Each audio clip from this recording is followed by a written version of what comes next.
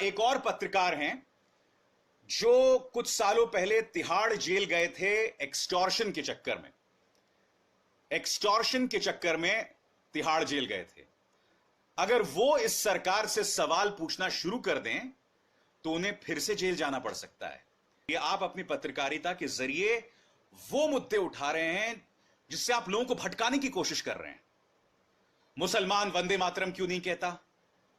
हालांकि मेरा निजी तौर पे मानना है कि वंदे मातरम बोलने में कोई आपत्ति नहीं होनी चाहिए किसी को। ट्रिपल तलाक, उदारवादियों का पर्दाफाश।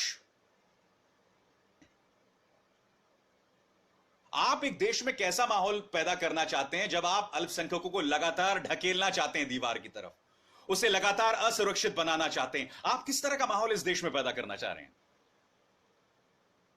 आप किसानों की बात करते हैं, आप किसानों की आत्महत्या की बात करते हैं, बताइए। नौकरियों का क्या हालत है, क्या आप उसकी बात करते हैं? कभी आपके चैनल्स पर नौकरियों को लेकर जो मुद्दा है, क्या आप उसकी बात करते हैं? नकली राष्ट्रवाद को लेकर जो तवे पर रोटी सेकी जाती है, क्या आप उसकी बात करते हैं?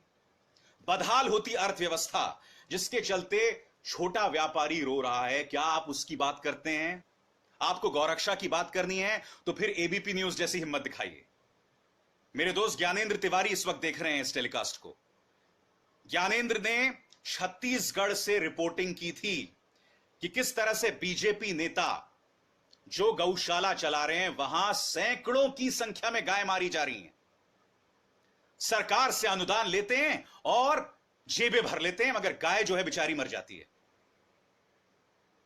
हम ये मुद्दे उठाते हैं। भारत का समाज हर दिन सच से दूर होता जा रहा है और इसके लिए एक हद तक हमारा मीडिया भी जिम्मेदार है। इसके साथ साथ ये समझने की भी जरूरत है कि आखिर भारतीय मीडिया की विश्वसनीयता गिर क्यों रही है। 2000 रुपए के हर एक नोट पर NGC यानी नैनो GPS चिप लगा हुआ होगा। और पत्रकार अब राजनीतिक दुकानों की सज्जा के काम आने लगे हैं। डॉक्टर सुभाष चंद्रा ने हिसार में बीजेपी के उम्मीदवार डॉक्टर कमल गुप्ता के लिए वोट मांगा। झूठ को इतनी बार दोहराया जाता है कि वो सच लगने लगता है। यूपी के कैराना में घर छोड़कर पलायन करने वाले हिंदुओं की तकलीफ का DNA टेस्ट। नेता, पत्रकार और उद्योगपति आजकल अघोषित रूप से एक ही टीम में खेलते हैं